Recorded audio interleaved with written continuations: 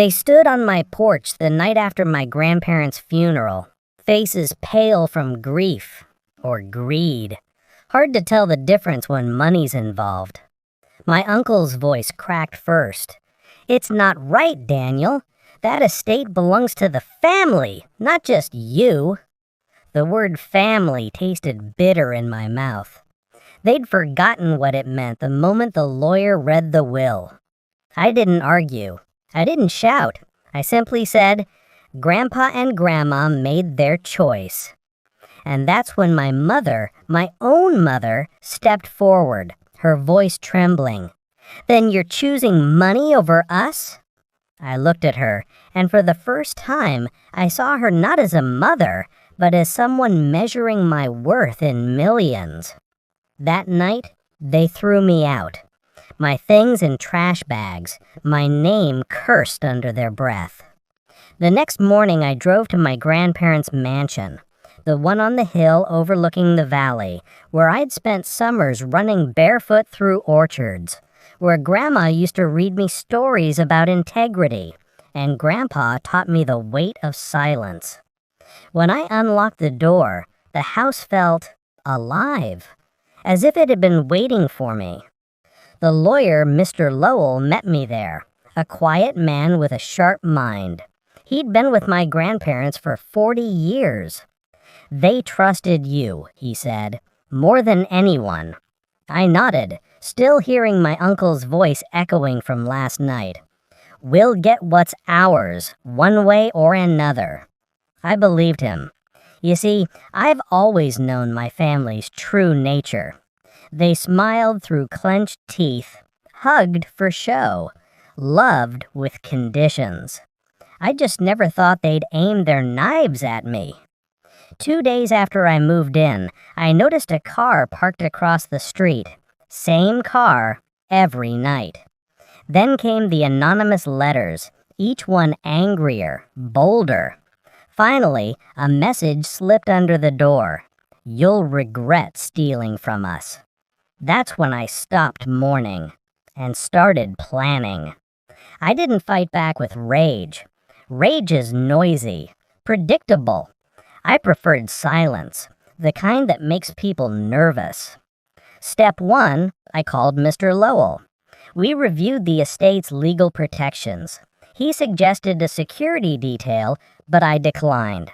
I had a better idea. Step 2, I met with the local police chief, an old friend of my grandfather's. I told him what was happening, showed him the letters. He promised discreet monitoring. Step 3, I reached out to someone my family didn't know about, a man my grandfather trusted deeply, a man who owed him his life. His name was Adrian Kane, a retired investigator. I found him exactly where my grandfather's notes said he'd be, a quiet cabin by the lake. "I heard about the crash," he said, pouring coffee. "They think it was an accident?" I nodded. He looked at me for a long time. "And you don't?" I didn't answer, but the silence said enough. The more Adrian dug, the darker things got.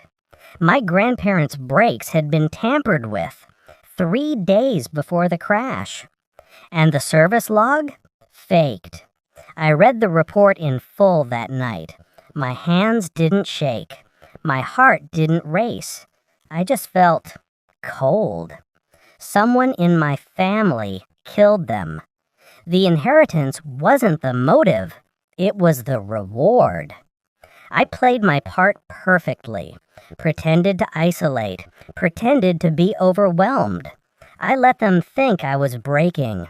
Meanwhile, Adrian traced financial transactions, hidden debts, desperate loans, a string of failed investments under my uncle's name.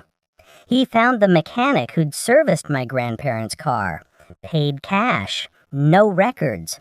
But the mechanic's girlfriend remembered a detail, a man in a blue BMW who handed him the envelope. My uncle drove a blue BMW. 2 weeks later, they showed up at the house again.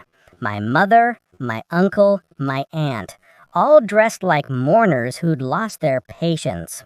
They didn't knock, they just walked in, like vultures who'd finally found their meal.